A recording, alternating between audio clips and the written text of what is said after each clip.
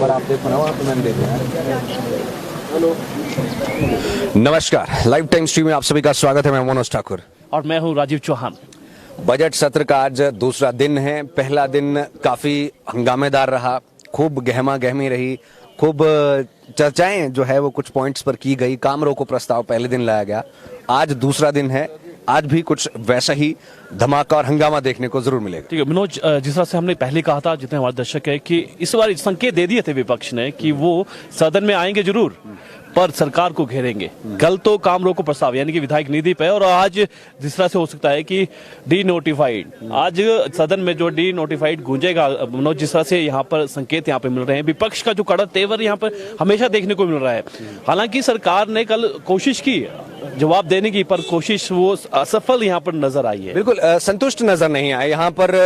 जो यदि हम सुखविंदर सिंह सुक्खू की बात करें तो जब उनसे पूछा गया कि क्या आप जो है वो विधायक, ये जवाब दीजिए कि आप करेंगे चालू या फिर नहीं करेंगे विधायक निधि, जो क्षेत्र विकास निधि है, उस पर जब सीएम सुक्खू ने जवाब दिया कि भाई अभी स्थिति ठीक नहीं है, जब स्थिति ठीक हो जाएगी फिर उस हिसाब से हम देखने की कोशिश करेंगे। लेकिन विपक्ष उससे पूरी तरह से सहमत नहीं हुआ, मतलब सहमति नहीं हुआ। साथ में मुकेश अग्निहोत्री ने भी जो है वो जवाब देने की कोशिश की, लेकिन विपक्ष ने कहा कि भाई आप कहां से कहां पहुंच गए, आप विधायक निधि से जो है वो ओपीएस पर पहुंच गए, एसओपीएस पर पहुंच गए, अब मुद्दे की बात करिए। और अल्टीमेटली फिर जो है वो हंगामा होते होते बाहर की तरफ वॉकआउट हुआ। मनोज, आर्थिक स्थिति का जो लगातार जो है सरकार कह रही कि आर्थिक स्थिति यहाँ पर खराब है, खासतौर पर कहा कि ये भी कहा कि बंद नहीं किए, रोकी है। फिलहाल रोकी, कब तक रोकी ये अभी पता नहीं है। साथ पर नेता प्रतिपक्ष का साफ दिखे थे कि अगर आर्थिक स्थिति खराब है तो सीपीएस, कैबिनेट रैंक, ये क्यों दिए, वहां पे भी कुछ यहाँ पर खर्चा हो सकता है। तो ये तमाम सारे सवाल हैं। अब ये इन्हीं सवालों को लेकर आज भी हंगामा हो सकता है। कल जिस तरह से वॉकआउट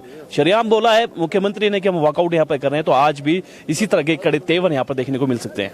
बिल्कुल सही। और आज जो है यदि हम बात करें तो सप्लीमेंट्री जो बजट है उसको भी यहाँ पर पारित किया जाएगा। कल जो है वो उसे प्रस्तुत किया गया था और कुछ इस तरह की जो है वो चीजें यहाँ पर रही। लगभग 13,000 प्लस का जो है ये सप्लीमेंट्री बजट रहा है। सप्लीमेंट्री बजट क्या होता है उसके बारे में भी आपको यहाँ पर हम जानकारी देंगे।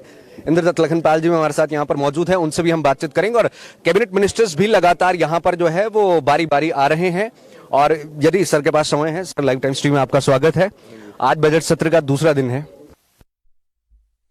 दूसरा दिन कैसा रहेगा, क्या लगता है आपको? एक मिनट जाएगा, व्यस्त है, चलिए कोई बात नहीं, फ्री होते हैं बात करने की कोशिश वो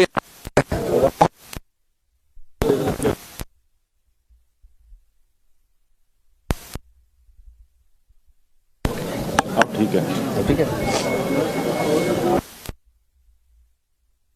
मंत्री क्योंकि ठीक 11 बजे जो कार्रवाई यहाँ पर शुरू हो जाएगी, सदन की कार्रवाई शुरू हो जाएगी और आपको पल पल की अपडेट लाइव टाइम्स टीवी के माध्यम से हम आपको देते रहेंगे। सदन के अंदर क्या हो रहा है, किन बातों को लेकर चर्चा हो रही है, क्या आज भी डी नोटिफाइड ओपीएस या 1500 महिलाओं को देने के लिए गारंटियों पर घेर सकती है सरकार, ये तमाम सारी जो जानकारी है आपको लाइव टाइम्स टीवी के माध्यम से देते रहेंगे। पर फिलहाल अभी आप तस्वीरें आप देख रहे हैं विधानसभा की, जहां पर मंत्रीगण और जो अधिकारी यहाँ पर पहुंच रहे हैं, लगातार पहुंच रहे हैं। और अभी तक जो मंत्री हर्षवर्धन यहाँ पर पहुंच चुके हैं अभी, और रोहित ठाकुर जो है शिक्षा मंत्री यहाँ पर पहुंच चुके हैं, तो हमारे साथ विधायक हमारे साथ मौजूद हैं। चलिए इनसे बातचीत करेंगे, उसके बाद अगले आपको जानकारी देंगे। तो हमारा प्रश्न ये था, पहले दिन तो वॉकआउट हो गया, बाहर नारे लगाते हुए विपक्ष आ गया। दूसरे दिन आज जो है वो सप्लीमेंट्री बजट को भी यहाँ पर जो है वो पारित किया जाना है, और कैसा कुछ है वो रहने वाला है। पिछले कल को लेकर क्या कहेंगे? देख ले, पिछले कल जो भारतीय जनता पार्टी के लोग सदन से बाहर आए तो उससे ये साफ जाहिर हो रहा था कि अभी वो सत्ता का जो जा नहीं पा रहे हैं, और हार जो है वो पचानी बहुत मुश्किल होती है। तो सामने सब दिख रहा था कि वो केवल मात्र महज एक ड्रामा करके जो है सदन से बाहर गए, और इशू भी कोई बहुत बड़ा नहीं था। विधायक निधि के बारे में उन्होंने प्रस्ताव लाए थे, काम रोको, जबकि काम रोको जो तभी लाया जा सकता है यदि कोई बहुत बड़ा अर्जेंट कोई ऐसा इशू हो। और इसके ऊपर तो माननीय मुख्यमंत्री महोदय ने अपना स्पष्टीकरण भी दिया कि विधायक निधि को रोका नहीं, बंद नहीं किया गया है, सिर्फ कुछ समय के लिए रोका है। और अभी बजट में जब मुख्यमंत्री महोदय बजट प्रस्तुत करेंगे तो उसमें सारी स्थिति स्पष्ट हो जाएगी। तो इतने अधीर क्यों हो रहे हैं कि उन्हें सदन से वॉकआउट करना पड़ रहा है? जब हम लोग विपक्ष में थे, हम लोग जब बाहर जाते थे तो बहुत तिलमिलाते थे जयराम जी, आज वो क्यों ऐसी बातें कर रहे हैं? कल एक प्रस्ताव लाया गया जिसमें फॉरेस्ट फायर्स और लैंडस्लाइड को जो है वो लेकर के बातचीत की गई, खूब तारीफ भी इसकी की गई। इसको लेकर आप क्या कहेंगे? हिमाचल प्रदेश कितना सजग इसको लेकर के हैं और क्या कुछ चीजें करने की जो है वो जरूरत है? आपने जो है वो राखाओं की भी बात करी थी, फायर वॉचर्स की। देखिए, वन जो है हमारी अमूल्य संपदा है और जहां हम देवभूमि के नाम से जाने जाते हैं, वहाँ वन भूमि के नाम से भी जाने जाते हैं। वनों को देखने के लिए बहुत दूर दूर से अंतर्राष्ट्रीय स्तर पर, राष्ट्रीय स्तर पर टूरिस्ट जो है वो शिमला का या हमारे हिमाचल प्रदेश के अन्य स्थानों में जाते हैं। कुल्लू मनाली है, धर्मशाला है, शिमला है, ये सारी जो हमारी वादियाँ जो हैं वनों से घिरी हुई हैं और वनों को बचाने के लिए हमें विशेष जो कार्य योजना बनाने का एक तरीका अपनाना चाहिए। क्योंकि अभी जैसे देखने को मिलता है कि हमारे वन विभाग में पदोन्नतियां हुई हैं लेकिन फॉरेस्ट गार्ड की भर्तियां नहीं हुई हैं, या फिर अन्य जो हमारे फायर वॉचर हैं, क्योंकि फायर वॉचर को तभी रखा जाता है जब आग लगती है और वो भी लिमिटेड रखे जाते हैं जिससे वो काम नहीं कर पाते। और अग्निशमन की भी जो हमारी वहाँ पे प्रदेश में जो स्थिति है वो इतनी अच्छी नहीं है कि हर जगह जो आपकी फायर ब्रिगेड पहुँच सके। तो और साथ में जब तक आप फील्ड स्टाफ नहीं भरेंगे, क्योंकि वनों को बचाना बहुत जरूरी है और बहुत से केसेस हम देखते हैं अखबारों में के माध्यम से सुनने को मिलता है, फला जंगल से खैर के पेड़ कट गए, चीड़ के पेड़ कट गए, देवदार के पेड़ कट गए, वन काटू लेके भागे। यदि वहाँ पर प्रॉपर तरीके से वन वृक्षों को जो है उनके साथ वन राखे भी यदि अटैच कर दिए जाए तो मैं समझता हूँ कि हम अपने वनों को बचा सकते हैं। अब सूखे पड़े पेड़ हैं, गिरे पड़े पेड़ हैं जंगलों के अंदर और उसकी समय पर जो ऑक्शन नहीं हो पाती है, उसमें कई ठेकेदार फिर हिस्सा नहीं लेते हैं, रेट बहुत कम होते हैं। तो इन सारी चीजों को दूर करने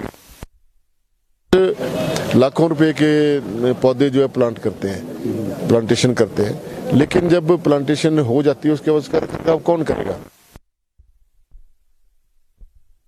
कमियां हैं, उनको खासकर वन विभाग को इसके बारे में संज्ञान लेना चाहिए और जो एक जरूरत है समय के अनुसार उसको पूरा करना चाहिए ताकि हमारे वन भी बचे रहें, ताकि हमें जो है शुद्ध वातावरण तभी मिलेगा जब हमारे वन जो हरे भरे रहेंगे। अब देखिए, ग्लोबल वार्मिंग की वजह से, आज खनन की वजह से हमारे जो वनों को नुकसान हो रहा है, भूस्खलन से नुकसान हो रहा है और कटान से जो नुकसान हो रहा है उसको बचाने के लिए विशेष रूप से इसकी जो टीमें गठित होनी चाहिए ताकि हमारे वन बचे रहें, हमें पीने की पानी की समस्या नहीं, शुद्ध वायु हमें मिले, हमें अच्छा पर्यावरण हमें मिले। ये तभी हो सकता है जब हम सरकार इसके बारे में और आम जनता भी इसके बारे में सजग रहे। लोग मैंने देखा है गाँव में लोग अपना कूड़ा करकट उठा के जंगलों में फेंक देते हैं, तो इसी जंगल से जो है हमें एक शुद्ध वायु मिलती है, अच्छा पर्यावरण मिलता है, लेकिन हम अपने आप ही उस जंगल को बर्बाद करने में बहुत ही बढ़िया।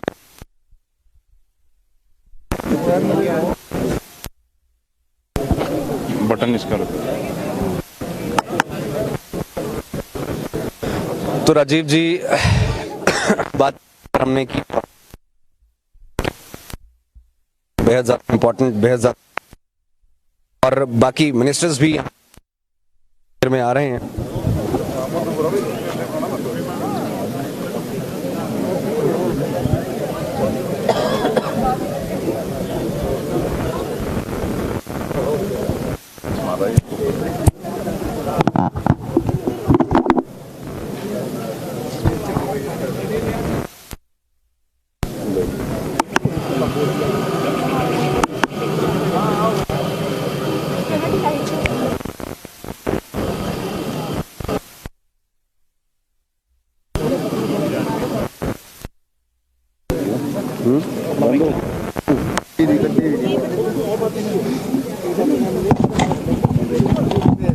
है